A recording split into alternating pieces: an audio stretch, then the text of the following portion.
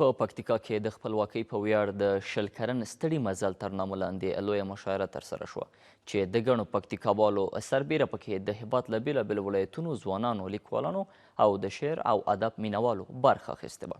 جزئیات یې په ریپورټ کې.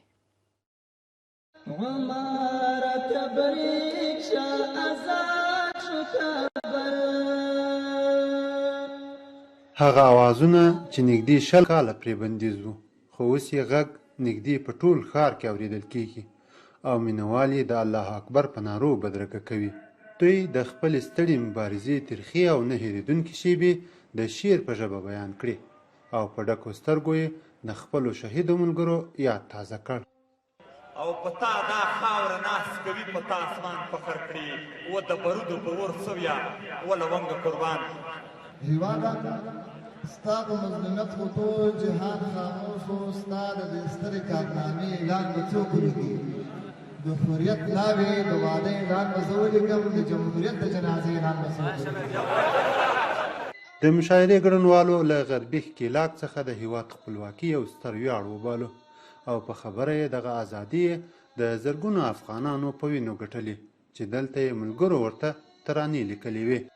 زړونو کې هوا ده دا د ازادۍ، زړونو کې هوا ده دا د ازادۍ، ای ګرانه هیواده ستا د ازادۍ.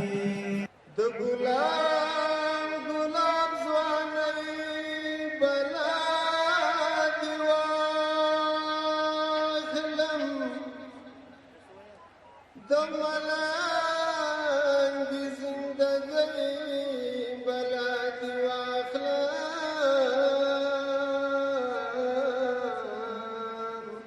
غونډې ته د پکتیکا والي وویل ازادي په توره اخیستل کېږي خو په قلم او فکر ساتل کېږي. ده په مجاهدینو غږ وکړ چې د چوکۍ او منصب لپاره مغروره نشي او د خدای جل جلاله له امر نه سرغړونه ونه کړي چې خدای مکړه دغه ګټلې خپلواکي او د شهیدانو ارمانونه به په اوبو لاهو شي. ګورئ د دې سترو قربانۍ خیال وساتئ، د یو ټوپک دپاره، د یو موټر دپاره، د یو قدرت، د یو منصب دپاره ګورئ چا قربانۍ د پښو لاندې نه کړي. دا په پکتیکا کې د اسلامي امارت له حاکمیت راوروسته لومړۍ لویه مشاعره ده چې ګڼ شمېر خلک پکې ګډون کوي. د لیکوالو په باور دغه ډول غونډې د خلکو په خوشحالي او یووالي کې ستر رول لري چې لړۍ یې باید د هیواد ګوټ ګوټ ته وغځول شي.